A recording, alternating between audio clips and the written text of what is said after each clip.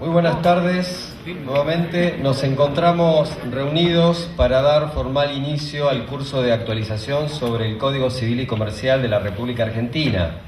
Esta capacitación académica ha sido posible gracias al convenio firmado por la Junta Federal de Cortes y Superiores Tribunales de Justicia de las provincias argentinas y la Ciudad Autónoma de Buenos Aires, el Poder Judicial de nuestra provincia e Infojus, Sistema Argentino de Información Jurídica. Cabe destacar que este curso de capacitación cuenta con el invalorable aporte de la Asociación de Magistrados y Funcionarios Judiciales de la provincia de Tierra del Fuego y el Colegio de Abogados de Río Grande. Preside esta ceremonia el señor presidente del Superior Tribunal de Justicia, doctor Javier Darío Muchnik. Nos acompañan también la señora presidente del Consejo Deliberante de Río Grande, a cargo de la Intendencia de la Ciudad de Río Grande, concejal doña Miriam Boyachian, los señores concejales de la Ciudad de Río Grande, señores concejales de la Ciudad de Tolwyn, el señor presidente de la Asociación de Magistrados y Funcionarios de la Provincia de Tierra del Fuego, doctor Julián de Martino, el señor director de Capacitación, Comunicación y Servicios al Usuario de la Dirección del Sistema Argentino de Información Jurídica, doctor Francisco Nazareno Jaurena, el señor presidente del Colegio Público de Abogados de la Ciudad de Río Grande, doctor Gastón Díaz, los señores jueces de la Cámara de Apelaciones, doctor Julián de Martino, doctor Francisco Justo de la Torre, doctor Ernesto Loeffler, doctor Jorge Jofré. La señora presidente del Tribunal de Cuentas de Río Grande, doctora Daniela Salinas, el señor asesor letrado de la Municipalidad de Río Grande, doctor Daniel Roberto Garay, el señor titular de la Secretaría Legal y Técnica de la Municipalidad de Tolwyn, doctor Micael Martí, señores magistrados y funcionarios del Distrito Judicial Norte, la señora representante del IPRA, doña Antonia Arzamendia, señores abogados integrantes del Colegio Público de Abogados de Río Grande, señoras y señores invitados. A continuación, invitamos a dirigirse a los presentes al presidente del Colegio de Abogados, el doctor Gastón Díaz.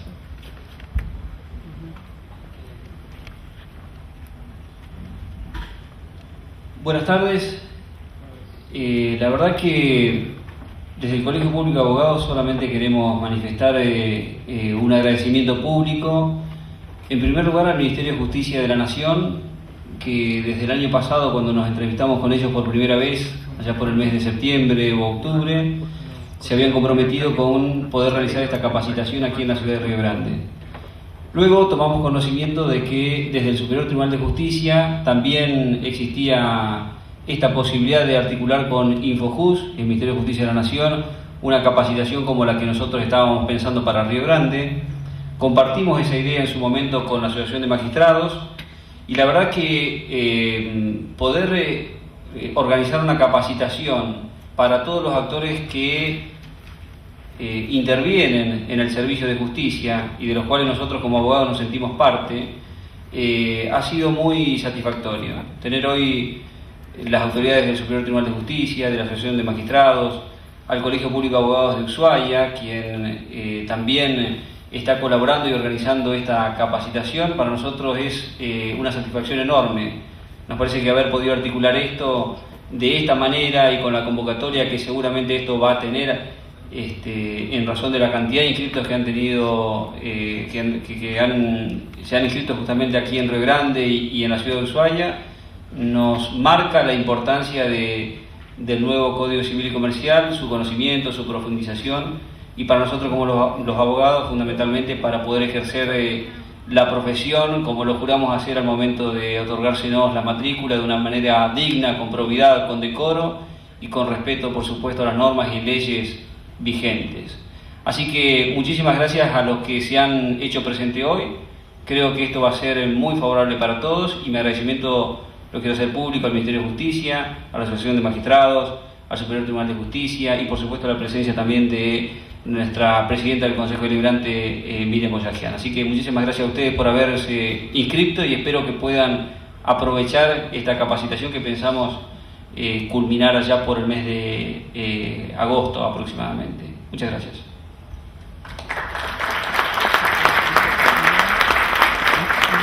Invitamos a hacer lo propio al presidente de la Asociación de Magistrados y Funcionarios, el doctor Julián Di Martino. Gracias.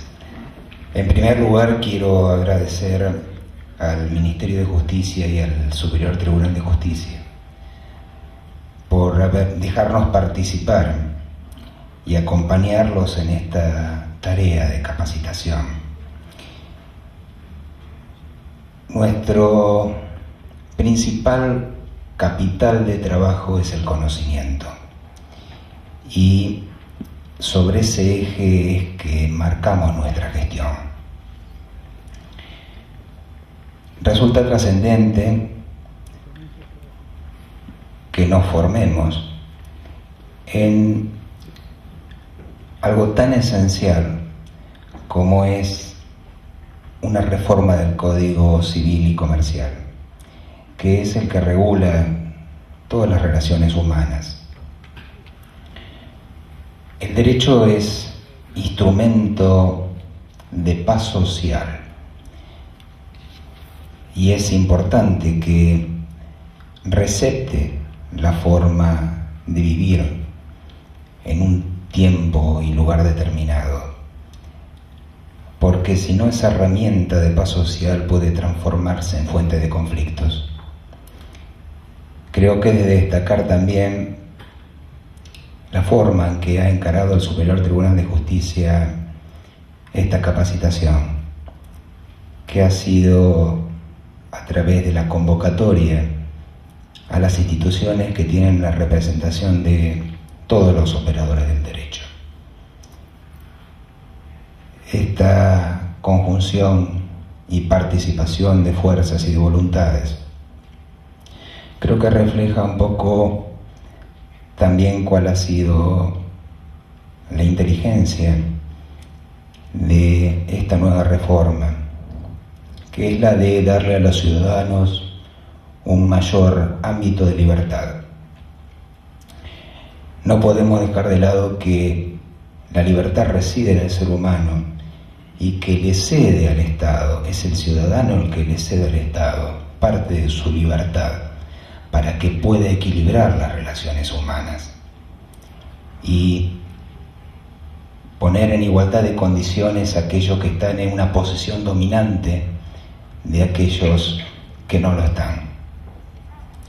Por último, quiero darle la bienvenida a los ilustres visitantes que tenemos del Ministerio de Justicia y disertantes, que con su presencia califican y prestigian este ámbito. Y decirles que no solo le abrimos las puertas de nuestra casa, de nuestra ciudad, sino también las puertas de nuestro corazón, y le agradecemos la oportunidad de ofrecerle nuestra amistad. Muchas gracias.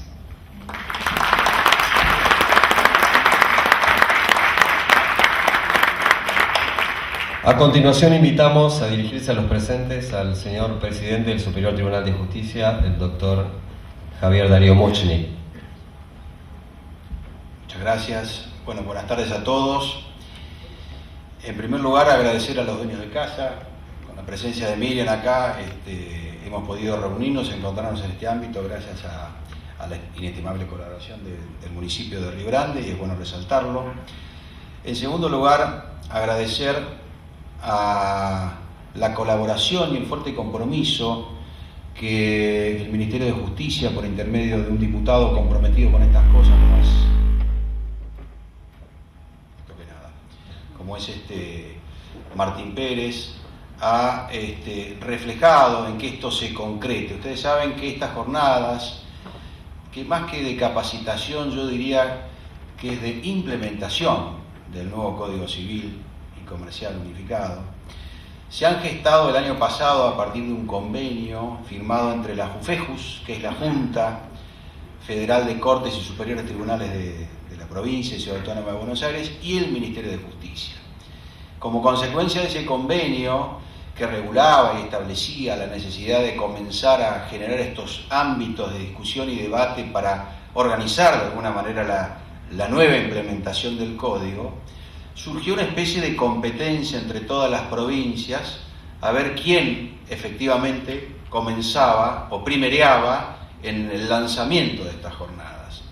Y allí es donde yo ubico la inestimable colaboración que previamente hacía lugar, que permitió que con una charla y entrevista amigable con quien es actualmente secretario de Justicia de la Nación, el doctor Julián Álvarez, se haya podido de alguna manera generar las condiciones propicias para que hoy estemos aquí reunidos. De manera que corresponde hacer ese reconocimiento que traduce un maduro diálogo institucional entre todos quienes estamos interesados en las cosas que le pasan al ciudadano de pie. En definitiva, de lo que hoy aquí se va a hablar es de el derecho privado, es de aquella rama del derecho que nos regula desde que nos despertamos hasta que nos acostamos, desde que nacemos hasta que morimos. Fíjense ustedes si no es importante el estatuto que la ley que entra en vigencia a partir del 1 de agosto del año 2000 de este año refleja. En este sentido también yo quiero públicamente felicitar al Colegio de Abogados, porque la nueva implementación del Código Civil es una empresa de todos, Y el Colegio de Abogados de Río Grande, en esta ocasión, ha demostrado un fuerte compromiso en apostar a este debate plural de ideas sobre las nuevas disposiciones, entre comillas, del Código Civil. Eso es muy valorable, porque en definitiva tanto abogados como jueces somos servidores públicos. Y la posibilidad de que el servicio público se preste de manera adecuada para el ciudadano de pie supone la responsabilidad del profesional del derecho de hacerse un tiempo para el análisis de las cosas que transitan en el nuevo código. Y en este sentido yo quiero desmitificar un poco los temores que podrían producirse como consecuencia del nuevo código. En realidad, gran parte de las nuevas reglas que el código establece ya estaban siendo utilizadas por la doctrina, por la jurisprudencia. Los institutos más conocidos que desde la reforma del año 68 manejamos nosotros, como la buena fe, el abuso del derecho, la lesión, siguen siendo los mismos. Eso no ha cambiado. ¿Qué es lo que en definitiva provoca alguna suerte de preocupación, si se quiere? Que hoy, en la puerta de entrada de este Código Civil nuevo, hay un título preliminar. Y un título preliminar que sienta las bases axiológicas y de principios que van a tener que ser utilizadas en la interpretación de las reglas que a continuación se van a detallar. Y acá permítanme que sea autorreferente. Ustedes saben que yo me dedico hace muchos años al derecho penal. Esa es la especialización de mi área de conocimiento jurídica. Y siempre cuando dialogamos con algún civilista, los civilistas, tildan a los penalistas de muy estructurados. Pero la verdad es que el penalista hace 30 años que convive con principios constitucionales. Y no ya al interior de los códigos procesales, sino el código de fondo. En la década del 70 hubo necesidad de analizar que la misión del derecho, el concepto de norma y la idea de bien jurídico no venía explicitado en el texto de la ley. De manera que toda la filosofía de los valores infiltró el campo de análisis de interpretación del derecho penal. Al penalista hoy le es un lugar común interpretar el texto penal a partir del mandato constitucional y convencional. Pues bien, amigos civilistas, bienvenidos. Ahora les toca a ustedes. No hay que asustarse, no hay demanda hoy en día que no se presente haciendo alusión a algún derecho o garantía constitucional. La doctrina y la jurisprudencia viene hace muchos años sosteniendo la necesidad de reivindicar los derechos humanos al interior de los derechos privados, la ventaja que hoy lo tenemos a la entrada del Código Civil. Y eso que puede provocar alguna sensación de inseguridad, porque ¿cuál es entonces el límite para la interpretación?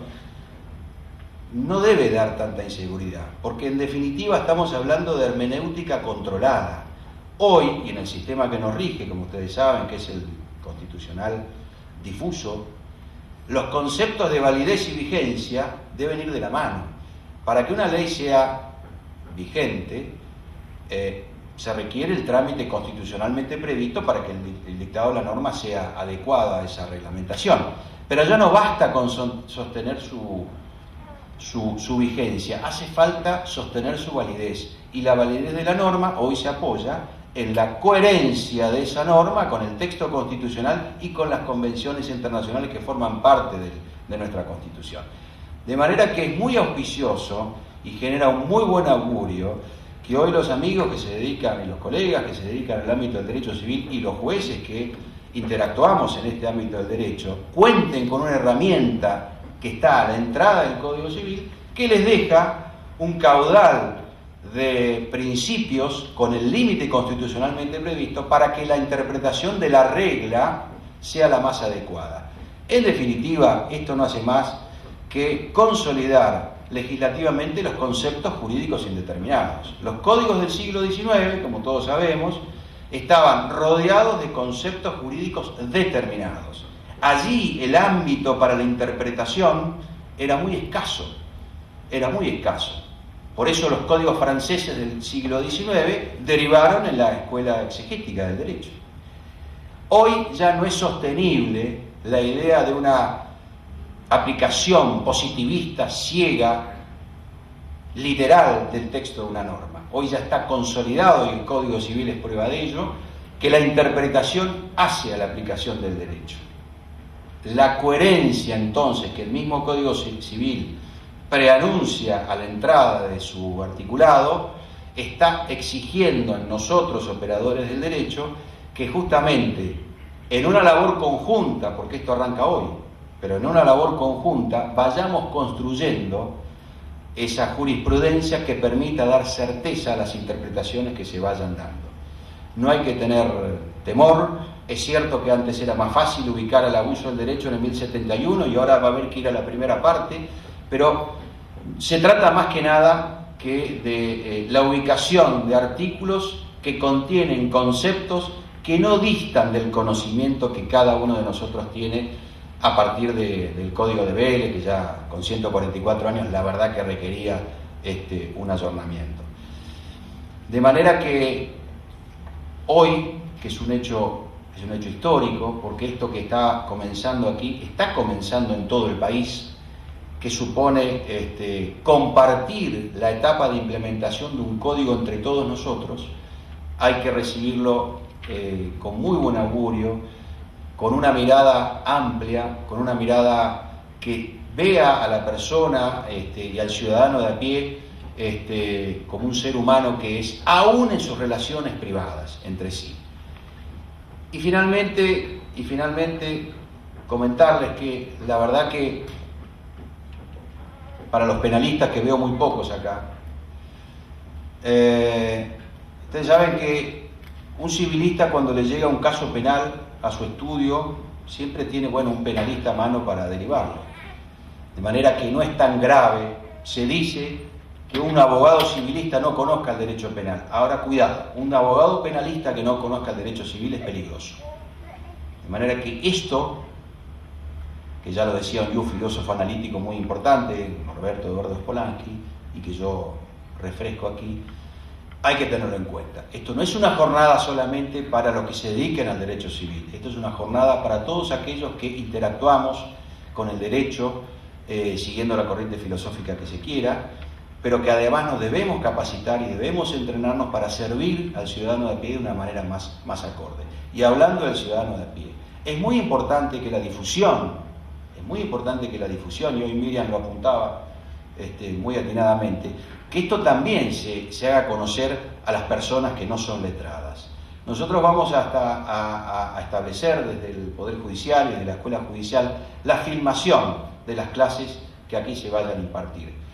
Que dicho sea de paso, quiero aprovechar para agradecer a los docentes que hoy van a disertar. Tenemos a un prestigioso camarista local como el doctor Loeffler, que nos va a ilustrar sobre el título preliminar y la constitucionalización del derecho privado, y va a ser muy interesante. Y una docente que viene en representación del Ministerio de Justicia, que también va a hacer lo propio.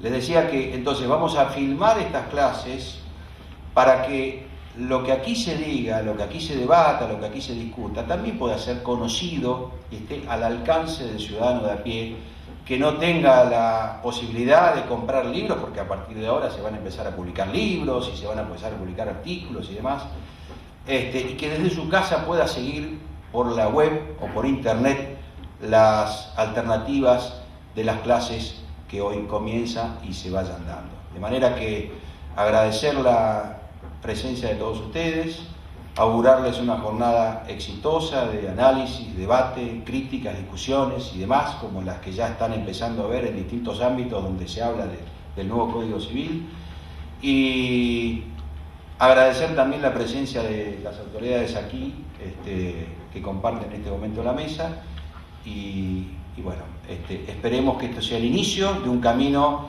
en donde el ser humano, como apuntaba Julián, sea nuevamente interpretado como el centro del ordenamiento jurídico y no sea ya una categoría abstracta prevista en una norma perdida a la que haya que completar de alguna manera. Nada más y muchas gracias.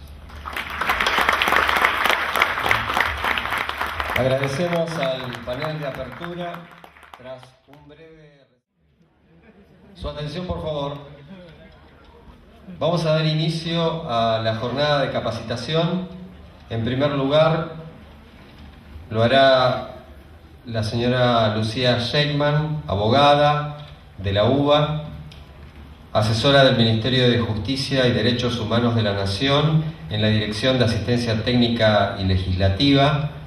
Luego, el doctor Ernesto Loeffler, juez de Cámara de Apelaciones de Tierra del Fuego, abogado egresado de UBA, especialista en Derecho Constitucional de la Universidad de Salamanca, magíster en Derecho y Magistratura Judicial de la Universidad Austral, doctorado en Derecho de la Universidad Austral, profesor titular de Derecho Constitucional de la UCES, profesor titular de Aspectos Esenciales de la Constitución y coordinador en Tierra del Fuego, coordinador académico en Tierra del Fuego de la UCES.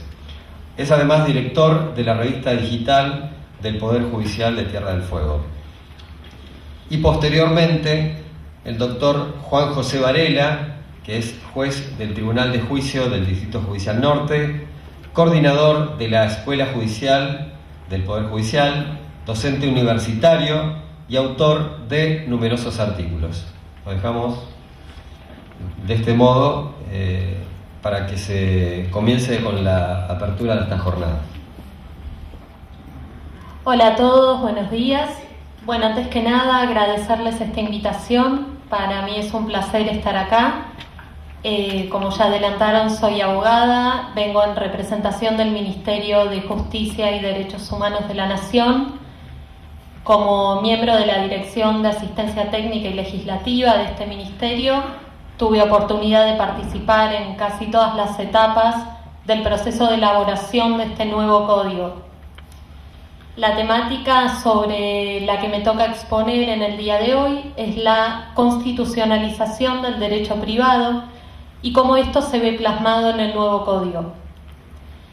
En este sentido, sabemos que existe una visión tradicional que plantea una separación tajante entre derecho público y derecho privado.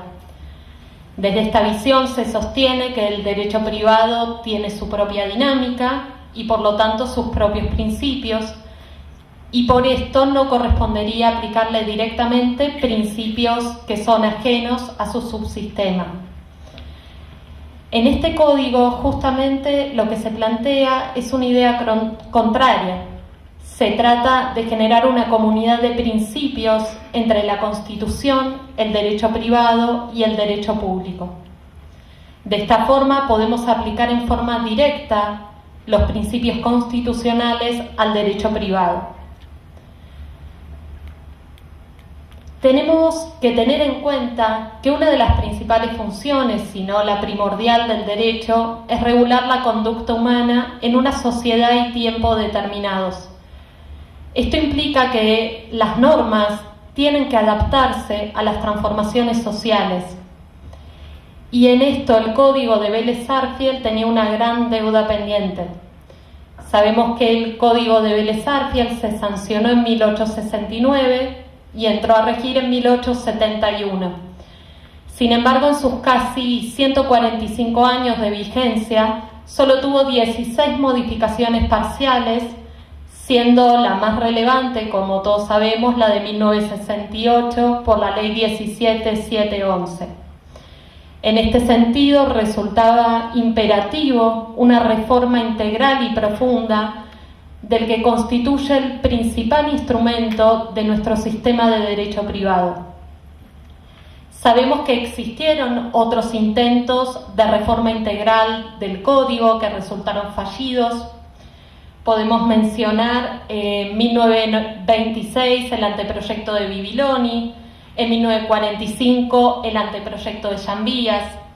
También en 1987 existió un proyecto de unificación de la legislación civil y comercial de la Cámara de Diputados de la Nación. Posteriormente, en 1993, tenemos el proyecto de la comisión creada por el Decreto del Poder Ejecutivo 468 del 92, y en este mismo año el proyecto de unificación de la legislación civil y comercial elaborado por la Comisión Federal de la Cámara de Diputados.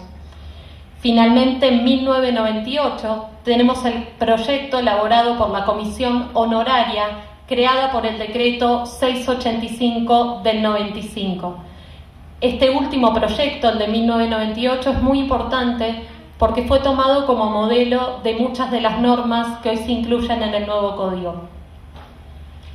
Mi interés en esta clase es abordar entonces algunos aspectos del nuevo Código desde el punto de vista de su adecuación con las transformaciones sociales sufridas en los últimos tiempos, así como con los nuevos paradigmas constitucionales. Para ubicarnos en tiempo y espacio, ya dijimos que el Código de Vélez se sancionó en 1869. En ese momento estaba vigente la Constitución de 1853-60 con la reforma de 1866.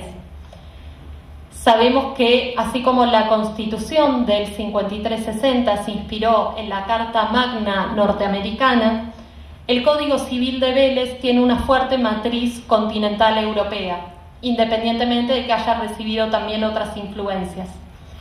En este sentido, es un fiel exponente del proceso de codificación iniciado en 1804 con el Código Napoleónico, y fue concebido como la pieza central del subsistema jurídico de derecho privado para regular las relaciones entre particulares en nuestro país. Como mencioné antes, su principal modificación vino en 1968 de la mano de la Ley 17711. Sabemos que esta ley incorporó institutos tales como la teoría del abuso del derecho, la lesión, la teoría de la imprevisión, la limitación al carácter absoluto del dominio, el principio de buena fe como regla de interpretación de los contratos, etc. Destaco estos aspectos porque vamos a ver que muchos de estos institutos luego fueron tomados en cuenta en el nuevo código, se mantienen en lo sustancial, solo que metodológicamente fueron ubicados en el título preliminar, que eso vamos a profundizar más adelante. Yo lo que quiero dejar en claro es que no estamos restando mérito al Código Civil de Vélez-Sarsfield, no estamos diciendo que sea ahora una pieza obsoleta de museo, simplemente se trata de reconocer que no ha ido adecuándose a las últimas transformaciones sociales, o por lo menos no al ritmo que se requería, como sí ocurrió con la Constitución Nacional, especialmente después de la reforma de 1994. En este sentido, me gustaría ver en paralelo cómo nuestra Constitución Nacional fue receptando nuevos paradigmas, en especial acordes con los tratados internacionales de derechos humanos, y cómo paralelamente el Código de Vélez-Sarsfield se mantuvo inmutable. En este sentido, vamos a ver que nuestra Constitución Nacional receptó derechos provenientes de las tres grandes corrientes del constitucionalismo, los tres principales movimientos constitucionalistas, que son el constitucionalismo liberal o clásico, el constitucionalismo social y el de los derechos de tercera generación. En primer lugar, es necesario tener en cuenta que la elaboración del Código Civil de Vélez-Sarsfield se inserta en un paradigma de constitucionalismo liberal o clásico. Como les dije antes, estaba vigente la Constitución originaria solo con la reforma de 1866. Este paradigma constitucional liberal, que venía de la mano de los procesos revolucionarios norteamericano y francés, enarbolaba las banderas de la soberanía popular, la república, la legalidad, la división de poderes. Y en este sentido, las constituciones propias de esta etapa buscaban garantizar una suficiente esfera de libertad al individuo, poniendo límites al Estado. En este sentido, este tipo de constituciones no se caracterizaban por tener un catálogo extenso de derechos, sino que se concentraban en limitar férreamente el poder del Estado, principalmente a través de la división de poderes y también con la regla de clausura, según lo cual todo lo que no está prohibido está permitido. Estos derechos de primera generación sabemos que imponían al Estado obligaciones de abstención, obligaciones de no hacer, de tal modo que no se entremetiera en la libertad de los individuos. En este sentido, tenemos los derechos clásicos de libertad de circulación, de reunión, de expresión, de culto, etc. Vemos que este paradigma constitucional, en el cual, repito, se inserta el Código de Vélez-Sarsfield, se basaba en la relación entre el Estado y el individuo y propugnaba una filosofía liberal e individualista. En este sentido, la bandera que enarbolaba la Revolución Francesa de libertad, igualdad y fraternidad no se consiguió acabadamente con este tipo de constituciones y este modelo de Estado. Si bien se priorizó garantizar la libertad, en materia de igualdad podemos decir que se logró una igualdad meramente formal, pero no una igualdad real de trato y oportunidades. En este contexto, como les digo, se insertó el Código de Vélez. Ahora, 50 años después casi de la sanción del Código de Vélez, tuvo su advenimiento el constitucionalismo social, ante las insuficiencias que demostraba el modelo anterior. Sabemos que tiene como hitos históricos la Constitución de Querétaro del 17 y la de Weimar del 19, e introdujo los derechos llamados de segunda generación o derechos económicos, sociales y culturales. Estos derechos ya no se concentraban en el individuo aislado en su relación con el Estado, sino en el sujeto como integrante de diversos círculos sociales vinculados a su plan de vida, círculo familiar, sindical, laboral, etc. Vemos entonces que el anterior modelo de Estado gendarme, sobre todo después de la organización del trabajo que se dio posteriormente a la Revolución Industrial, demostró ser insuficiente. Ante el conjunto reducido de propietarios de los medios de producción frente a una masa creciente de proletariado, se hizo evidente la necesidad de legislación laboral, de instituciones de la seguridad social, etc. Y es en este contexto que sabemos que aparece el estado de bienestar o social de derecho. Este estado no va a tener solo obligaciones de carácter negativo como en el modelo anterior, sino de carácter positivo, con la finalidad de garantizar un orden social y económico más justo y una igualdad real de trato y oportunidades. Más adelante el doctor va a hablar de este pilar del nuevo código que es la ética de los vulnerables y va a profundizar un poco en este tema que tiene que ver también con la igualdad real.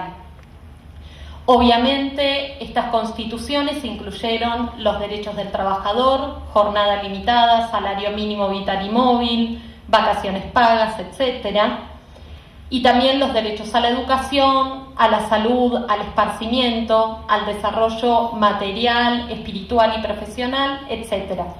Los pilares de este tipo de constitucionalismo eran la función social de la propiedad y los derechos del trabajador, y en nuestro sistema jurídico fueron receptados principalmente por la Constitución de 1949. La pregunta ahora es, ¿qué pasó con el Código Civil, con el advenimiento del constitucionalismo social? La realidad es que se mantuvo intacto, ¿sí? Continuó inmutable a los cambios y a las transformaciones sociales que operaban en estos tiempos. Sabemos que posteriormente, en la segunda posguerra mundial, se da un gran proceso de internacionalización de los derechos humanos, con un nuevo paradigma que ciertas cuestiones, ciertas problemáticas hacen a la humanidad toda, y en este sentido se consensuó un núcleo duro de derechos que era necesario proteger, que hacían a la dignidad humana. Sabemos que en este contexto se dictaron numerosos instrumentos internacionales de derechos humanos, tales como la Carta de Naciones Unidas de 1945, la Convención para la Prevención y Sanción del Delito de Genocidio en el 48, la Convención sobre el Estatuto de los Refugiados en 1951, también en 1948 la Declaración Universal de Derechos Humanos aprobada por la Asamblea General de Naciones Unidas. Posteriormente, en 1966, los pactos internacionales de derechos civiles y políticos y de derechos económicos, sociales y culturales, que sabemos que junto con la Declaración Universal de Derechos Humanos forman lo que se conoce como la Carta Internacional de Derechos Humanos, y también en nuestro ámbito regional, en el 69, la Convención Americana de Derechos Humanos en el marco de la OEA. El punto es que hasta fines de los años 60, cuando se produjo su única reforma más o menos integral con la Ley 17711, el Código de Vélez nuevamente permaneció inmutable a todos estos cambios. Así llegamos finalmente al constitucionalismo de los derechos de tercera generación, en este marco de internacionalización de los derechos humanos que comenté antes. Aparecen entonces una serie nueva de problemáticas que ya no afectan al individuo aislado ni al individuo integrado en sus grupos más cercanos, sino a grandes colectivos heterogéneos de individuos y a la humanidad en su conjunto. Entre ellos tenemos el derecho a la paz, al ambiente, los derechos de los usuarios y consumidores, etc., que en nuestro sistema jurídico fueron incorporados a nuestra Constitución con la reforma de 1994. En este sentido, sabemos que la reforma no solo incorporó estos preceptos directos en relación, por ejemplo, a la desigualdad negocial entre empresas y consumidores y usuarios en su artículo 42, cuestiones relativas a la función social de la propiedad, a la protección del ambiente, sino que en definitiva rompió con esa lógica estrictamente individualista de los derechos al incluir los derechos de incidencia colectiva. Y también incorporó, a través de la serie de tratados a los cuales otorgó jerarquía constitucional en el artículo 75, inciso 22, preceptos que luego vamos a ver se volcaron en el nuevo código, tales como el derecho a matrimonio de mujeres y de varones, independientemente de su sexo, no entre mujeres y varones, sino derecho al matrimonio de mujeres y de varones, la igualdad entre mujeres y varones, especialmente en lo que hace a los derechos y cargas del matrimonio, el derecho al nombre, a la identidad personal, a la personalidad jurídica, a la integridad física, psíquica y moral. También se tuvieron en cuenta el derecho a una libre y responsable decisión acerca de la reproducción, que luego vamos a ver que el nuevo código incorpora las técnicas de reproducción humana asistida, donde tiene un valor primordial la voluntad procreacional, independientemente de que la persona no aporte sus gametos. Eso igual ustedes lo van a profundizar en el módulo de Derecho de Familia. También el interés superior del niño, garantizado en la Convención de Derechos del Niño. Todos estos preceptos, contenido de los tratados internacionales de derechos humanos, fueron incorporados a la reforma del 94 a nuestra Constitución. Es decir que, en resumen, las tres generaciones de derechos que garantizan a los tres grandes movimientos constitucionalistas, en mayor o menor medida fueron incorporadas en la Constitución cuyo texto se fue actualizando paralelamente a los cambios sociales. Pero sin embargo, vemos que el texto de Vélez Arfiel no se adecuó en la misma medida. Yendo ahora a lo que es el nuevo código, me pidieron que les comente brevemente cómo fue el proceso de elaboración, las distintas etapas que concluyeron en este nuevo código. El 23 de febrero de 2011, el decreto número 191 crea la Comisión para la elaboración del proyecto de ley de reforma, actualización y unificación de los códigos civil y comercial de la Nación, a cargo de los doctores Lorenzetti, Hayton de Nolasco y Kemelmacher de Carlucci. Posteriormente, el 27 de marzo de 2012, esta comisión redactora eleva un anteproyecto al Poder Ejecutivo. En esta instancia trabajó exhaustivamente el Ministerio de Justicia y Derechos Humanos y también se convocaron más de 100 juristas especialistas en distintas materias. El 7 de junio de 2012, mediante el mensaje número 884, el Poder Ejecutivo remite al Honorable Congreso el proyecto de ley por el cual se aprueba el nuevo código. El 4 de julio de 2012, el Poder Ejecutivo Nacional propone imprimirle un trámite especial a este proyecto, proponiendo la creación de una comisión bicameral en el ámbito del Congreso. Posteriormente, por resolución de ambas cámaras, se crea esta comisión bicameral integrada por 30 miembros, 15 senadores, 15 diputados, designados por los presidentes de cada cámara y respetando las representaciones políticas. La comisión bicameral implementó entonces un programa para ofrecer la máxima difusión posible al proyecto. A tal fin se convocaron 18 audiencias públicas en todo el país para que diferentes sectores de la población pudieran presentar ponencias con propuestas de modificación. También se llevaron adelante jornadas, cursos y se produjeron numerosos artículos de doctrina. Más que nada se encuentran en la página de Infojus. La comisión se constituyó en 29 reuniones, incluyendo estas 18 audiencias. Me parece importante resaltar lo democrático del proceso, especialmente en cuanto a las audiencias, porque me consta desde el trabajo del Ministerio de Justicia que muchas de esas ponencias se tuvieron en cuenta. De hecho, todas fueron leídas y analizadas, y nosotros tuvimos el trabajo de extraer propuestas de modificación atendibles de esas ponencias que fueron presentadas por universidades, colegios y asociaciones profesionales, cámaras empresariales, entidades de defensa de derechos humanos, de defensa de derechos del consumidor, entidades religiosas, etc. Posteriormente, el 14 de noviembre de 2013, se presentaron los dictámenes para la elaboración final del nuevo código, figurando en el dictamen mayoritario de la Comisión Bicameral 168 modificaciones.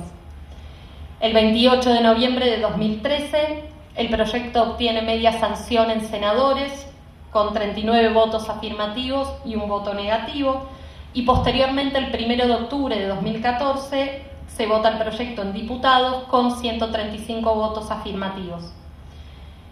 El 7 de octubre de 2014, el texto definitivo del proyecto es presentado en acto público por el Poder Ejecutivo y este mismo día se promulga por el decreto 1795 de 2014, como ley número 26994.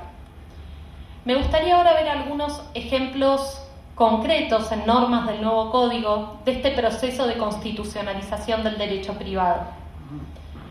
En primer punto, y ya tocando lo que es el título preliminar, que es parte de la materia del módulo del día de hoy, tenemos los dos primeros artículos referidos a fuentes e interpretación del derecho. Para empezar, lo que vemos es que ya en estos artículos se menciona que todos los casos regidos por este código deben resolverse conforme con la Constitución Nacional y los tratados de derechos humanos. Si bien es una obviedad que los jueces al resolver deben tener en cuenta esta normativa, tiene una gran importancia que en el primer capítulo del título preliminar, que fundamentalmente se trata de reglas o de guías para los jueces, se incorpore explícitamente esta previsión. Vamos a ver más adelante que el título preliminar no solo incluye reglas referentes a fuentes e interpretación, principalmente dirigidas a los jueces, sino que también consagra principios generales en materia de ejercicio de derechos, cuyo destinatario principal son los ciudadanos. Y así es donde se incorporan figuras que les mencioné que anteriormente estaban en el Código de Vélez Arfiel, que se incorporaron con la Ley 17711, como el principio de buena fe, el abuso del derecho, etc. No quiero profundizar mucho en este tema porque más adelante lo vamos a desarrollar. Pero acá vemos un claro ejemplo de constitucionalización del derecho privado. Otro apartado del Código donde vemos también esta constitucionalización es en el capítulo referido a derechos personalísimos, del artículo 51 en adelante del nuevo Código. Para empezar, ya es una gran innovación que exista un capítulo de estas características, que anteriormente era inexistente, y sabemos que los derechos personalísimos son el principal contenido de los tratados internacionales de derechos humanos, así que vemos claramente la vinculación con el bloque de constitucionalidad. Vamos a ver que en este capítulo de derechos personalísimos se reconocen derechos tales como a la dignidad, al honor, a la intimidad, etc. Y efectivamente, además de que esta incorporación de este nuevo capítulo se corresponde con una interpretación armónica de los preceptos constitucionales, especialmente del artículo 19, también responde directamente a ciertos artículos concretos de tratados de derechos humanos, tales como el artículo 12 de la Declaración Universal de Derechos Humanos, que establece que nadie será objeto de injerencias arbitrarias en su vida privada, el artículo 17 del Pacto Internacional de Derechos Civiles y Políticos en el mismo sentido, y también los artículos 11 y 18 de la Convención Americana sobre Derechos Humanos, que hablan de la protección a la honra y la dignidad y del derecho al nombre respectivamente. Todas estas fueron fuentes del capítulo de derechos personalísimos que vemos en el nuevo Código. También en materia de vivienda, artículos 244 a 256, vemos esta influencia. Se incluye, como ustedes saben, un nuevo régimen de protección de la vivienda que va a sustituir al régimen de bien de familia de la Ley 14394. En este sentido se introducen diversas modificaciones tendientes a brindar una mayor contención al grupo familiar. Y obviamente este derecho a la vivienda se relaciona directamente con lo dispuesto en el artículo 14 bis de la Constitución Nacional con respecto al derecho a la vivienda digna. Y también con el artículo 11 del Pacto Internacional de Derechos Económicos, Sociales y Culturales, que garantiza a todo individuo un nivel adecuado para sí y para su familia, incluyendo alimentación, vestido y vivienda. Probablemente en el aspecto que más vemos la influencia directa constitucional es en lo referido a los derechos de incidencia colectiva, que no habían sido receptados en el Código de Vélez y que los vemos en muchas de las previsiones del nuevo Código. Ya desde el título preliminar, desde el artículo 14, vemos que se reconoce esta división constitucional entre derechos individuales y derechos de incidencia colectiva. Y se explicita que la ley no ampara el abuso en el ejercicio de los derechos cuando éste pueda afectar al medio ambiente o a los derechos de incidencia colectiva en general. También se prevén reglas con respecto al abuso de posición dominante en el mercado, en el artículo 11 del título preliminar. Esto también tiene directa relación con las previsiones del artículo 42 de la Constitución Nacional, que habla de la protección de los usuarios y consumidores contra los monopolios naturales ilegales, contra toda forma de distorsión de los mercados, etc. Y también en materia de contrato de consumo, que ahora se incorpora en el Código, se introducen pautas de interpretación a favor de los consumidores, el derecho a un trato digno y no discriminatorio, disposiciones que si bien existían en la Ley 24240 y su modificatoria, no habían sido receptadas con esta profundidad en un código. Obviamente, en todo lo que hace a derechos de incidencia colectiva, La fuente principal son los artículos 41, 42 y 43 de la Constitución Nacional. También en materia de capacidad, artículos 22 y siguientes del nuevo Código, se incorporan nuevos paradigmas de acuerdo a la Convención Internacional para la Protección de las Personas con Discapacidad. Incluso la terminología que se utiliza fue adecuada a los estándares internacionales en la materia. En este sentido, se impone como regla la capacidad, siendo la declaración de incapacidad la última alternativa legal. También se establece un sistema de apoyos tendiente no a sustituir al afectado en el ejercicio de su capacidad, sino a complementarlo. Estos artículos en materia de capacidad, además de haber sido gestados de acuerdo a lo establecido por la Convención Internacional para la Protección de las Personas con Discapacidad, también tuvieron en cuenta el artículo 75, inciso 23 de la Constitución Nacional, que es el que garantiza una igualdad real de oportunidades y trato y menciona ciertos grupos que considera vulnerables, entre los cuales figuran las personas con discapacidad. Y el artículo 26 del Pacto Internacional de Derechos Civiles y Políticos, que refiere también a la cuestión de la igualdad. Finalmente llegamos a el área en el que probablemente hubo más modificaciones, más innovaciones, que es lo que corresponde a las relaciones de familia. Yo no voy a profundizar en cada uno de los institutos porque, como les dije, eso es material de otro módulo, pero sí me gustaría resaltarles algunas innovaciones trascendentales y al final mencionarles normas que inspiraron estos preceptos del nuevo Código. En materia de matrimonio, sabemos que ya no se realizan distinciones en matrimonio de personas de distinto o del mismo sexo. Esto obviamente va en consonancia con la Ley de Matrimonio Igualitario. También se consolida el concepto de vida en común como eje de la unión matrimonial. Se establecen los derechos y deberes de los cónyuges. Cuando se habla del deber de fidelidad, se aclara que se trata del deber moral de fidelidad, entre otros cambios trascendentales. También se regulan las uniones convivenciales.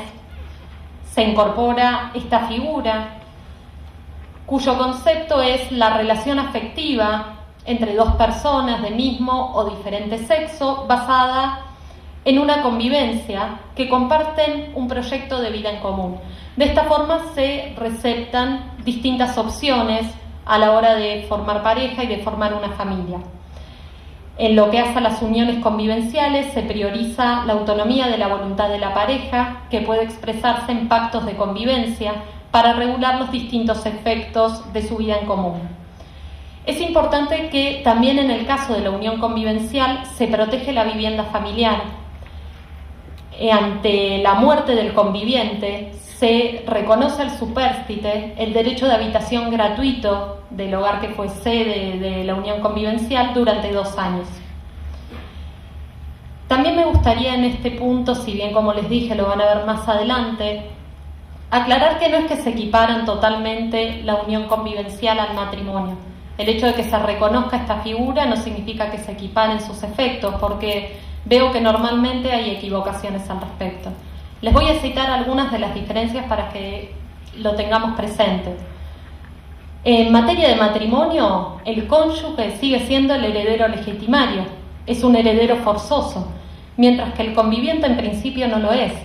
Sí puede, por testamento, ser designado heredero de la parte disponible, pero siempre primero respetando el derecho de los herederos forzosos, como si existieran hijos. Entonces no son iguales los derechos en materia de sucesiones. Tampoco una vez que se disuelve el matrimonio son iguales los derechos, porque sabemos que cuando se disuelve el matrimonio, en ciertas situaciones excepcionales, puede que un cónyuge tenga que pasarle alimentos a su excónyuge. En la unión convivencial esto no ocurre ni aún en situaciones excepcionales, no ocurre en ningún momento. Y además sabemos que el régimen patrimonial en ambos institutos es distinto. Actualmente el régimen de bienes del matrimonio sabemos que es la comunidad de ganancias, y a partir de la entrada en vigencia de este código se va a poder optar también por el régimen de separación de bienes. Es decir, que hay 2 regímenes regulados, con sus normas, regulados en forma precisa y clara, entre los cuales pueden optar aquellos que contraen matrimonio. En la unión convivencial no existen regímenes predeterminados, sino que pueden celebrar pactos de convivencia en el marco de la autonomía de su voluntad, donde rijan distintas cuestiones de su vida en común, inclusive efectos en caso de ruptura. Pero quiero que tengamos claros que hay diferencias sustanciales entre los 2 institutos, no hay que equipararlos. El hecho, repito, de que se reconozca esta figura que no es más que receptar una realidad social, no significa que se equiparen sus efectos jurídicos a los del matrimonio. Bueno, con respecto al régimen de bienes de matrimonio, que ya lo toqué antes, aun si optan los contrayentes por el régimen de separación de bienes, siempre se garantiza la protección de la vivienda familiar, porque se requiere el asentimiento de ambos cónyuges para disponer de este inmueble. O sea que en ningún sentido, ni siquiera optando por este régimen, se deja desprotegida la vivienda familiar. También sabemos que en materia de divorcio se simplifican los trámites para obtenerlo, ya no hay un requisito de plazo temporal, y sabemos que ambos cónyuges pueden hacer propuestas e incluso acordar sobre los efectos que tendrá la disolución, de acuerdo al régimen que elijan, pero también se prioriza la autonomía de la voluntad de la pareja. También en materia de adopción sabemos que se simplifica mucho el régimen, se han dispuesto plazos mucho más breves. A modo de ejemplo, se dispone que el juez tiene 90 días para decidir sobre la situación de adoptabilidad del menor. Todo esto en miras a agilizar el proceso de adopción y obviamente con la idea de priorizar el interés del niño, niña o adolescente por sobre aquel de los adultos comprometidos. Sabemos que se mantiene la adopción plena y simple y se suma la adopción de integración, que es aquella que refiere al hijo del cónyuge o del conviviente. En cuanto a los derechos del niño, niña y adolescente, muy inspirado en la Convención de Derechos del Niño, si bien ya existía anteriormente el deber del juez de oír al niño, se explicita que se tiene que tener en cuenta su opinión basada en su grado de madurez y en su edad, que esto es acorde con la terminología que emplea la Convención sobre Derechos del Niño. En materia de filiación, la gran novedad es la incorporación de técnicas de reproducción humana asistida como una nueva fuente de filiación, equiparada a aquella que ocurre por naturaleza y a la que es producto de la adopción plena. Se le da una voluntad, como les adelanté antes, la prioridad está en la voluntad procreacional. De este modo, si en una pareja el hombre por alguna razón tiene un problema y no puede aportar sus gametos y se recurre a un donante, el padre es aquel que prestó su consentimiento libre e informado en forma previa al procedimiento y es aquel que manifestó su voluntad procreacional en ese sentido, no es el donante. Sin embargo, se mantiene el derecho en ciertas circunstancias del niño, niña o adolescente a conocer sus orígenes. Eso es lo único en relación al donante, pero el donante no es el padre, porque no se prioriza, como les digo, la cuestión de quién aportó los gametos, sino quién tuvo la voluntad procreacional de engendrar ese niño. También en materia de responsabilidad parental hay cambios trascendentes, principalmente ya la terminología, ya no se habla de patria potestad, sino de responsabilidad parental. De conformidad con el estatus jurídico del niño, niña o adolescente como sujeto de derecho. También se prevé, que es una innovación en la materia, que las tareas de cuidado personal que realiza el progenitor que tiene a su cargo el cuidado del hijo tienen un valor económico y constituyen un aporte a su manutención. Y también se establece, entre otras innovaciones, el derecho de alimentos provisorios para el hijo extramatrimonial no reconocido. Bueno, traté de resumirles las principales innovaciones en la materia. Es importante que entendamos que todas estas innovaciones se encuentran alineadas con el artículo 14 bis de la Constitución Nacional, cuando éste dispone la protección integral de la familia. Y que tengamos en cuenta a la hora de interpretar este artículo que familia es un concepto de carácter sociológico y en permanente transformación, por lo cual no se circunscribe al modelo de familia tradicional. Recordemos que el nuevo código justamente busca ser el código de una sociedad pluralista, multicultural, y en este sentido se receptan otras formas posibles de familia. También todas las disposiciones en materia de familia tienen en cuenta los artículos 17 y 19 de la Convención Americana de Derechos Humanos. 17 habla de la protección de la familia y el 19 de la protección de los derechos del niño. También el artículo 23 del Pacto Internacional de Derechos Civiles y Políticos habla de la protección de la familia, del derecho del sujeto a contraer matrimonio y de la igualdad de derechos entre los esposos. También el Pacto Internacional de Derechos Económicos, Sociales y Culturales incluye una previsión, el artículo 10, que establece la protección para la familia y la garantía de los derechos de los niños, niñas y adolescentes, y el ya mencionado artículo 11, que establece el nivel adecuado para el individuo y para su familia, que lo habíamos mencionado ya cuando hablamos de vivienda. También el artículo 16 de la Declaración Universal de Derechos Humanos reconoce el derecho a casarse y formar una familia. Repito, todas estas son fuentes de carácter constitucional de los nuevos preceptos, ¿sí? Y por supuesto, como dije antes, la Convención sobre los Derechos del Niño y la Convención para la Eliminación de todas las formas de discriminación contra la mujer. Hay otras innovaciones, obviamente. Sabemos que en materia de sucesiones aumentó la porción disponible. Se ha previsto también que sea posible mejorar la porción del heredero con discapacidad. Todo esto se basa en distintas previsiones de la Constitución Nacional, como los artículos 14, 17 y 19. Y también ha habido, obviamente, innovaciones en materia comercial, la regulación de las nuevas formas de contratación, la aparición de esta figura de la sociedad unipersonal, etc. En conclusión, lo que este código se propuso lograr fue un código que se nutra de la realidad, que la recepte y la refleje, y en este sentido que sea un código de la igualdad, un código para una sociedad multicultural, un código inclusivo. Efectivamente, hoy asistimos a un escenario en que se está constitucionalizando la vida cotidiana, y en este sentido podemos decir que hoy el derecho privado mira al derecho constitucional y encuentra allí un abanico de reglas y principios que puede aplicar como guía para sus propias instituciones. Gracias.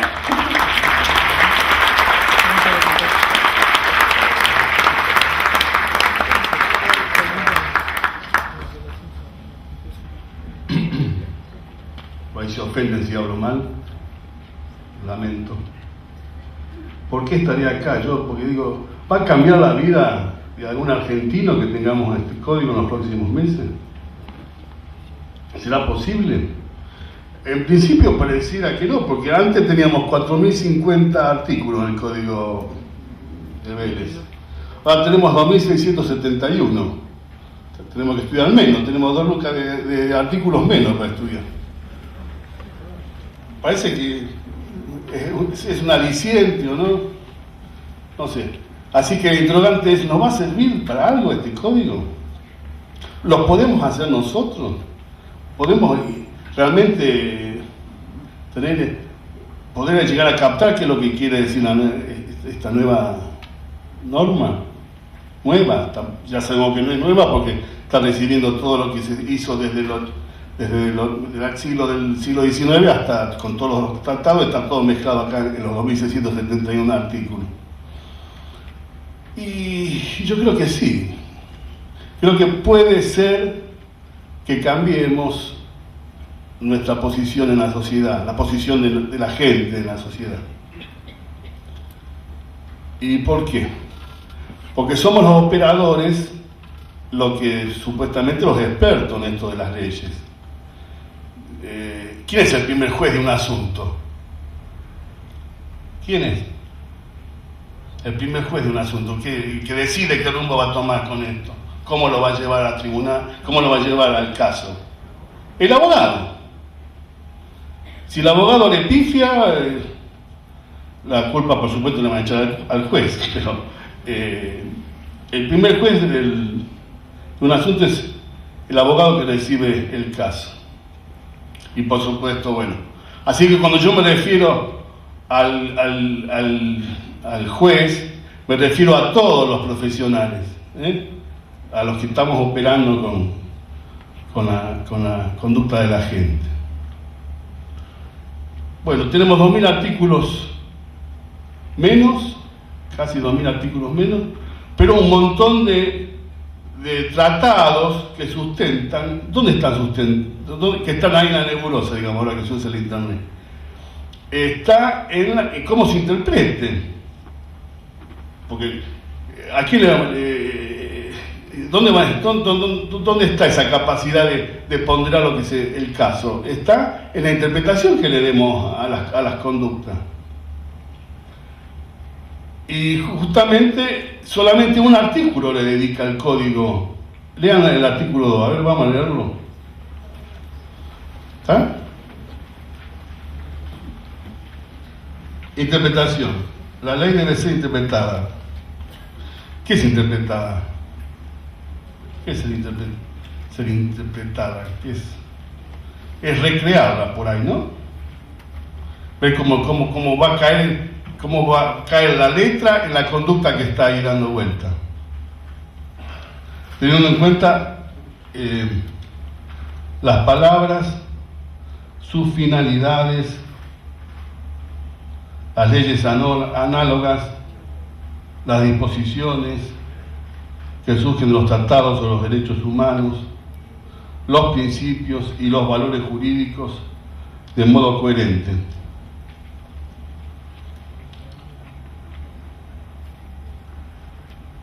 Esto va a ser capaz de cambiar la vida de los ciudadanos.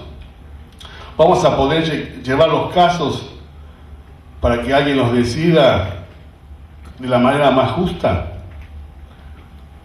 Y yo creo que sí, porque si bien no está puesto en el artículo que es el único que es el rector, la guía, en los aspectos valorativos de los fundamentos, sería la exposición de motivos de este código, dicen que el código busca la igualdad real y desarrolla una serie de normas orientadas a plasmar una verdadera ética de los vulnerables.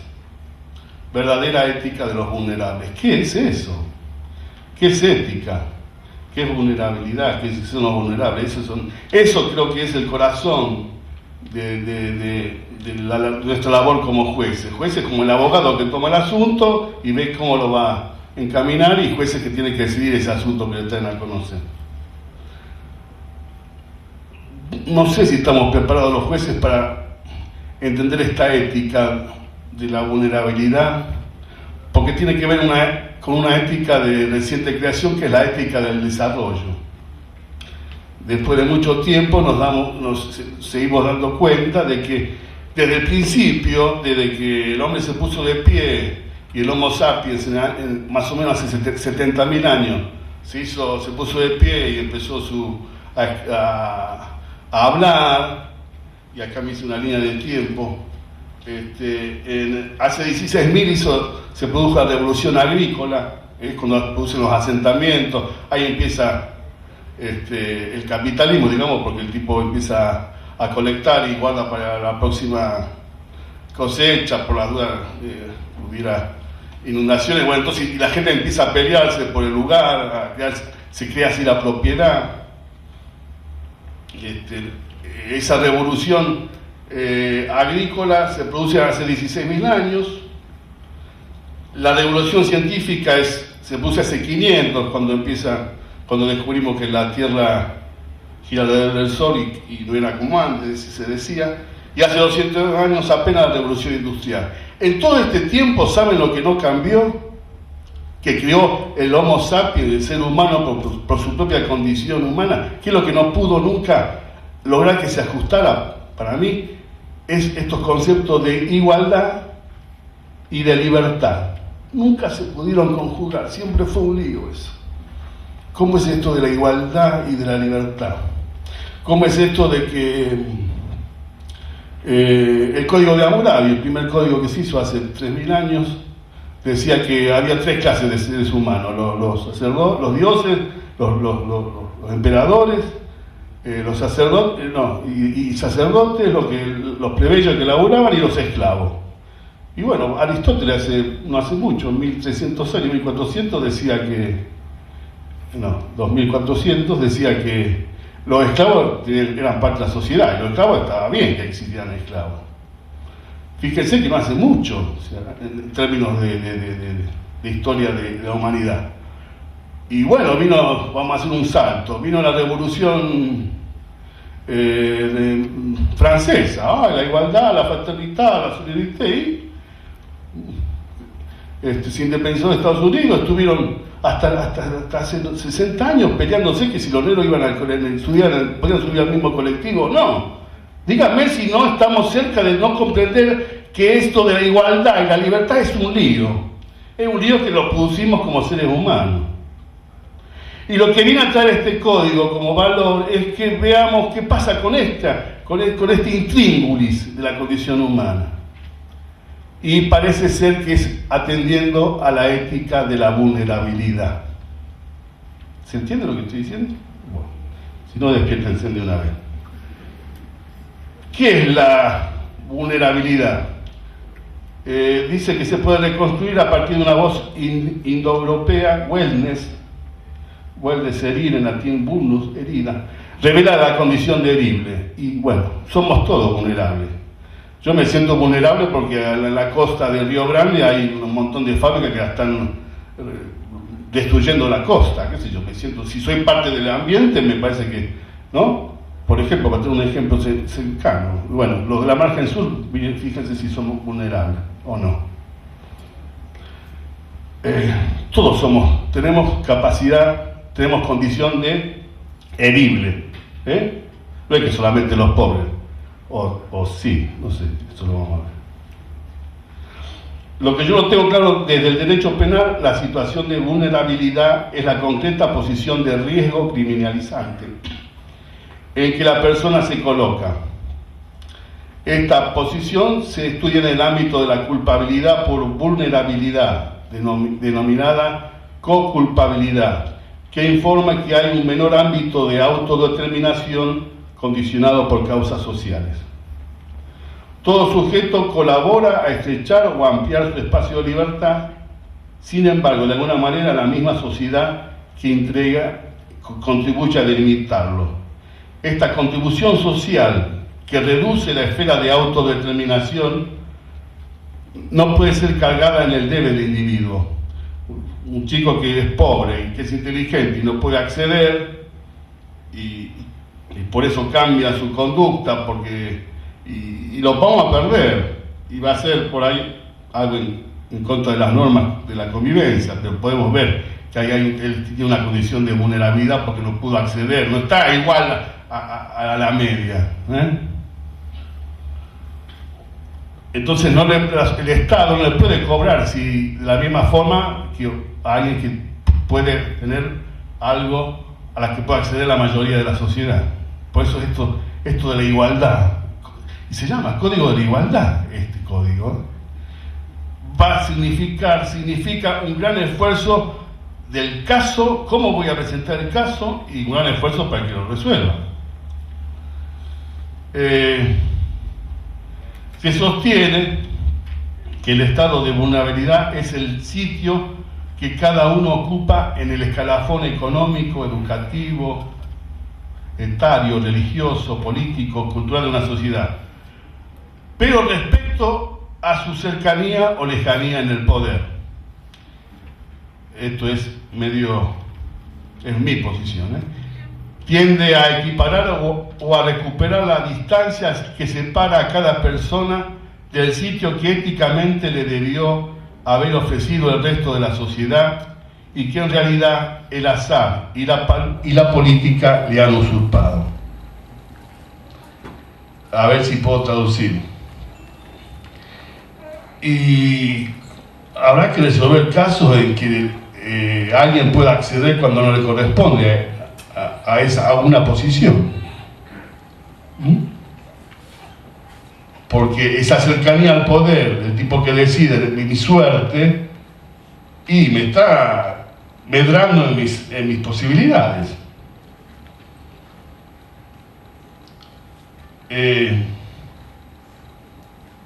La ética del desarrollo tiene que ver con el intento de influenciar en eventos de los que no se tiene poder.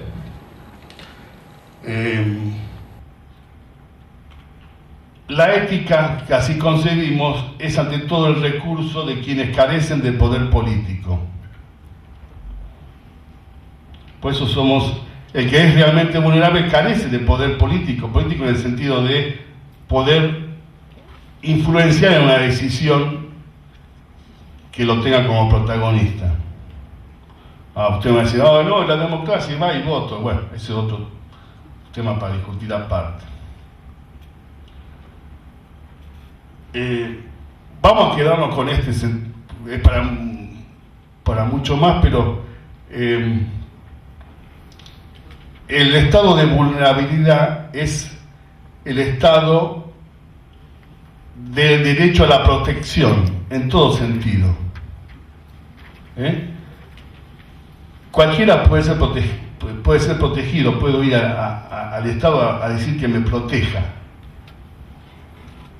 Porque es el Estado el que debe brindar a sus habitantes posibilidades ciertas de vida digna, como para poder reprocharle su conducta. ¿Entienden? Cualquiera puede ser vulnerable. Y esa vulnerabilidad me permite pedir protección.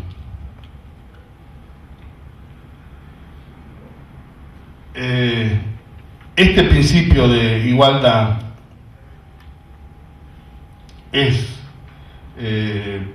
no es una regla, ya lo va a explicar mejor el doctor Loeffler, pero las reglas tienen una determinación precisa del supuesto de hecho, de manera que su aplicación consiste en subsumir los hechos en el derecho y deducir la solución.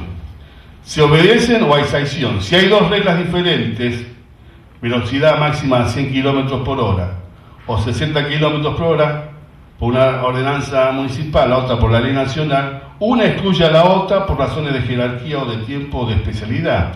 Nunca se aplican las dos, porque una de ellas es inaplicable o inválida. Se aplican por deducción. El concepto es determinado por el legislador al definir con precisión la conducta obligada. La coherencia es a priori. Los principios son indeterminados, como este. No tiene un supuesto específico el principio de la igualdad, la ética de la vulnerabilidad. Si se utilizara un principio en lugar de una regla para regular la velocidad, diría, conduzca de manera que no dañe a otro. Eso es así. Sería muy difícil porque cada conductor haría una valoración diferente. Demandaría mucho tiempo tomar la decisión sobre la velocidad en cada caso y una gran inseguridad porque los demás no sabían de antemano cómo decide cada conductor en cada ocasión. Los principios son guías para el razonamiento legal y ordenan que se cumplan lo máximo posible porque siempre habrá otro principio con el cual se contraponen. Esto de la libertad, por ejemplo.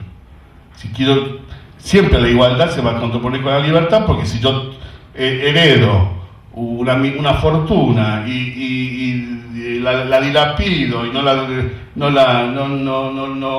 no pago los impuestos suficientes para que después ese dinero se propague por la sociedad, nadie me puede decir nada. Por eso es justo que eso sea así. Se puede pensar, puedo aplicar el principio de igualdad para solucionarlo.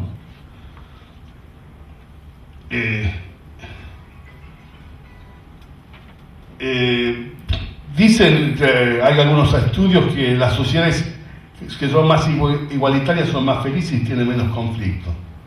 No sé, no, habría que verlo bien. Yo tengo mis dudas. Mis dudas de qué se puede hacer en esta identidad, en esta región, ¿no? Pero todas estas seguridades dependen de los canales del debate democrático y de las políticas públicas atinentes a la distribución de los bienes sociales. Mientras esos instrumentos no funcionen, los ciudadanos buscan caminos individuales y recalan en los tribunales cuando además los mecanismos de representación están imbuidos de la ética del todo vale. La ética de los vulnerables se contrapone con la ética del vale cualquier cosa, que es la que nos brinda la serie de la televisión, por ejemplo. Hay muchas.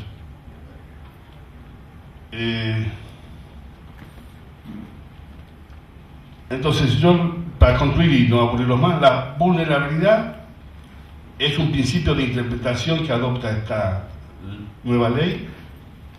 Está prevista en el Código en un solo artículo. En ese artículo, pero acuérdense que eso implica, está lleno de todos los tratados, de todas las éticas posibles, y fundamentalmente tiene su corazón en la ética del desarrollo de toda la humanidad en sentido igual, tienda a ser igual. Y esa es una cuestión que va a tener que resolver el operador. ¿Cómo presento el caso? ¿Hasta qué punto están en colisión la libertad y la igualdad en el caso concreto? Esos van a ser los principios que van a estar siempre colisionando. Pero parece ser que este código le da la oportunidad a los operadores de llevarlo a una decisión. Bueno, nada más.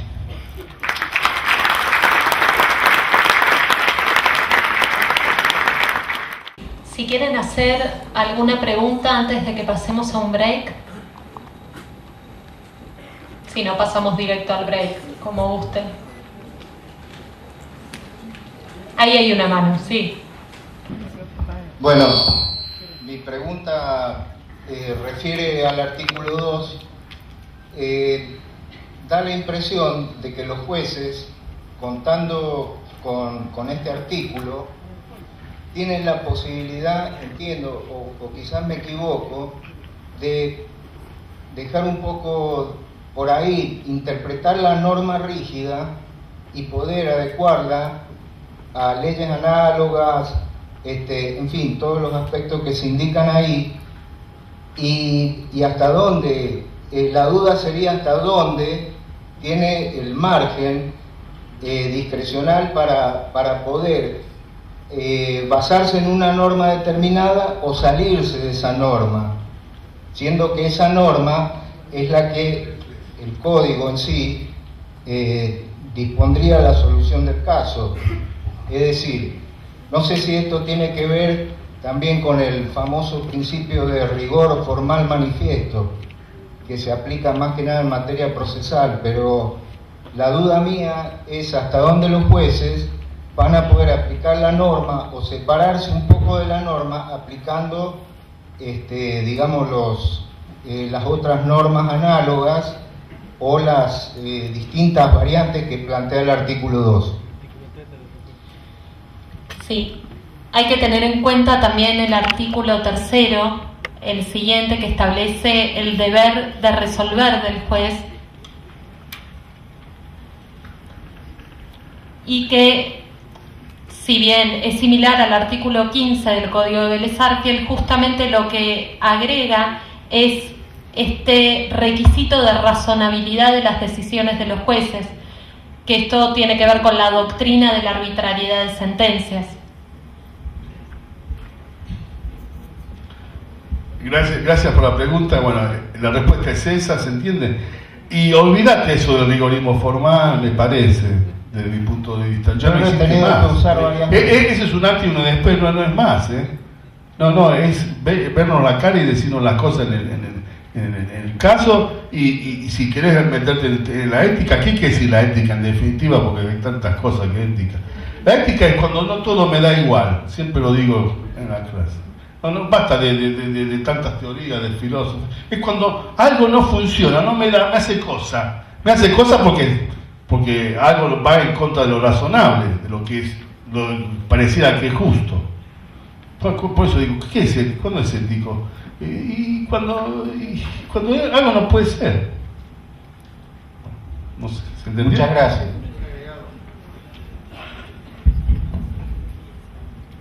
un agregadito a lo que ya dijeron que me parece que va a servir. El juez ahora tiene la posibilidad de interpretar, no es más un juez mecanicista del sistema decimonónico que aplica automáticamente la norma. Vamos a verlo después, pero una de las tesis es que hay un cambio de paradigma, y ese cambio de paradigma implica abandonar una noción infantil del lenguaje. Hay problemas en el lenguaje, el lenguaje no es mágico, no hay una visión mágica del lenguaje.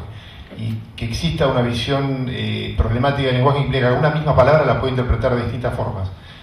La interpretación que se sugiere, de acuerdo a lo que surge del espíritu del título preliminar, es interpretar conforme a la Constitución o al bloque de constitucionalidad, si hay dudas respecto de la definición de una palabra. Pero en segundo, o sea, tenemos primero esa guía rectora, bloque de constitucionalidad. Si todavía no podemos aclarar el sentido a través de interpretar esa palabra, la puedo interpretar, el juez puede interpretar, ¿cómo lo puedo hacer? Razonablemente, no tengo que incurrir en arbitrariedad. Pero también puedo recurrir a otras fuentes de derecho para aplicar al caso. Acá está, es interesante la referencia que hace el título preliminar al caso. No importa el sistema, no importa la seguridad jurídica, importa darle a cada uno lo justo, lo suyo. El tema más importante es la ampliación de la canasta de fuentes. El juez mecanicista, el juez legalista aplicaba la ley igual al derecho. Hoy por hoy puedo recurrir a los principios. ¿Qué principios? Cuidado, porque se habla de principios jurídicos y esto es importante. Yo soy juez, tengo principio para todos. Viene un caso tuyo, sos mi amigo, me caes simpático y busco un principio para favorecerte. Puede haber una laguna de indeterminación como consecuencia de aplicar principios a mansalva, porque hay principios para todos. Entonces aquí vienen algunos autores como Alexi y dicen, cuidado, hay que generar un tercer nivel, está el nivel de las reglas, el nivel de los principios, pero hay que generar un nivel de procedimiento para regular esa aplicación y evitar la indeterminación, las lagunas de indeterminación. Pero bueno, tengo lo que ya cerrando, el código hoy por hoy nos brinda una canasta de fuentes, donde primero está la norma, la ley, que si tengo dudas aplico la que más favorezca el sentido que le da la Constitución a esta interpretación. Luego tengo los principios, tengo valores, tengo leyes análogas, así que hoy por hoy derecho ha operado un verdadero cambio en el concepto del derecho. Derecho ya no es igual a ley, eso es lo más importante. Completando lo que dice, poner el artículo 1, por favor, ¿tenés?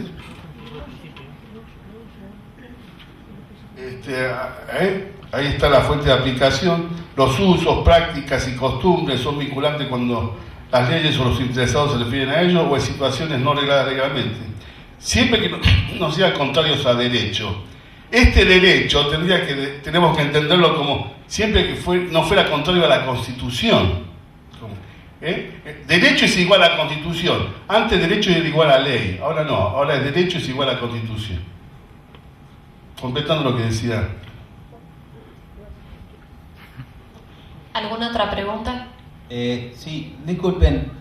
Yo lo que quisiera preguntar es porque parece que no queda claro cuál es el objetivo del código. Por un lado dicen que es una recopilación de 150 años de evolución del derecho civil. Entonces, si esto es una recopilación, parece que fuese un cambio superfluo, que no va a haber una modificación sustancial.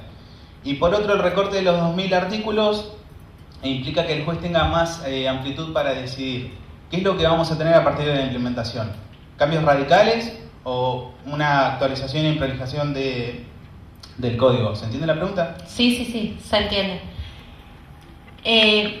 Sí, lo que yo quise decir con mi exposición es que efectivamente sostengo que el Código de Vélez no supo adecuarse a transformaciones sociales que el nuevo código sí está receptando.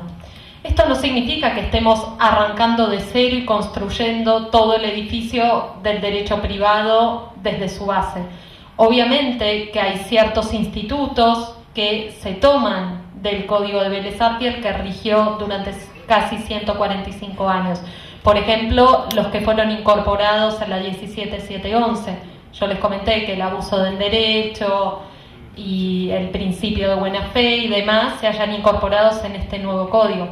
Pero este código también incorpora una serie de transformaciones sociales que lo alejan mucho de una mera recopilación del derecho privado existente hasta la fecha. Incorpora técnicas de reproducción humana asistida, muchísimas innovaciones en materia de matrimonio, en materia de sucesiones, de divorcio, un nuevo proceso, cambia el proceso de adopción. Realmente yo considero que sí tiene muchísimas innovaciones.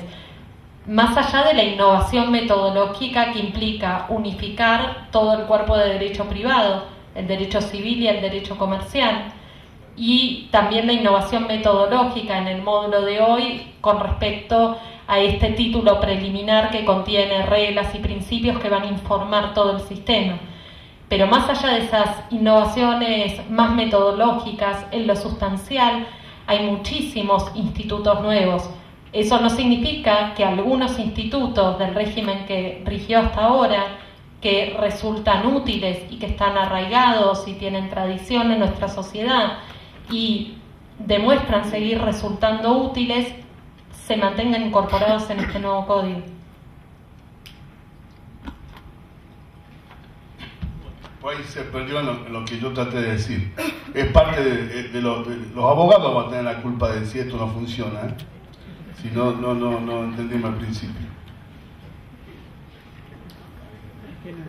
Quedó claro más o menos, no es una mera recopilación de lo existente hasta la fecha en materia de derecho privado sistematizado de otra forma. Hay muchísimos institutos nuevos y sobre todo es un cambio de paradigma, que es lo que yo les decía antes. Ya no responde ese paradigma del constitucionalismo liberal, clásico, más individualista, sino que incorpora nuevos paradigmas, sobre todo los que provienen, como yo les mencionaba, de la internacionalización de los derechos humanos y de los derechos de incidencia colectiva, que antes solo recibían recepción en la Constitución Nacional, pero no en la pieza fundamental del derecho privado. No sé si esto aclara un poco tu duda. Es cuestión de visiones también, en mi opinión, trae grandes innovaciones y por eso no es una mera recopilación. Agregaría, ahora lo vamos a desarrollar, pero hay un cambio de visión también. Yo tenía los principios, el artículo 16 del código anterior me remitía a los principios generales del derecho para resolver un caso. Principios que quizá, bueno, pero ¿qué principios? ¿Cuál era? Vivo hace una clasificación de 3 tipos de principios. Principios jurídicos sectoriales, principios jurídicos generales y principios ius fundamentales.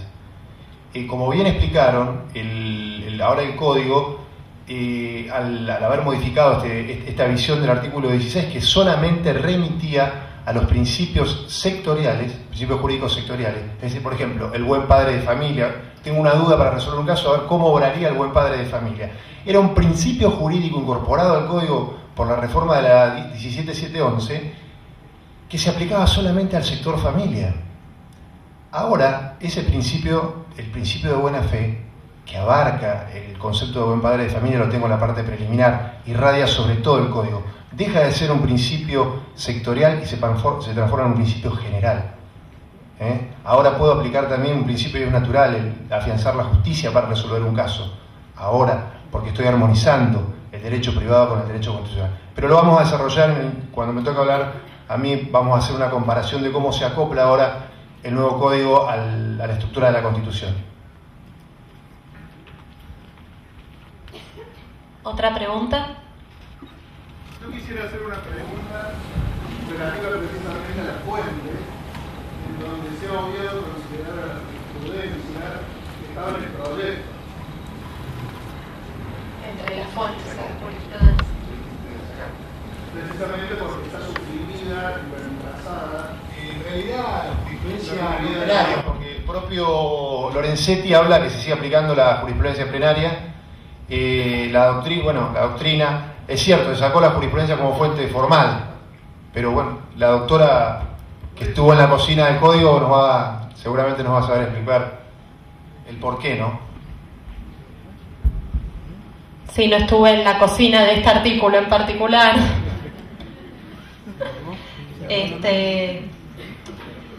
A ver, hubo muchas cosas con respecto al proyecto originalmente presentado por la comisión redactora que se eliminaron por cuestiones de política legislativa, como pasó por ejemplo con la maternidad subrogada, la propiedad comunitaria indígena, entre otras cuestiones.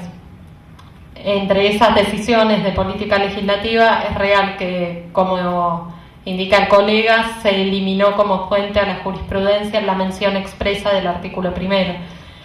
Yo no estuve, como digo, en la cocina de esa modificación, por eso no puedo brindarte mayores fundamentos. Sí sé que fue una decisión de política legislativa deliberada que decidió eliminarlo. Yo obviamente no estuve en la cocina, pero voy a repetir un poquito lo que leí de los tratados o los comentarios que se han hecho. Si bien se incorporó a la jurisprudencia obligatoria, que es la que viene de los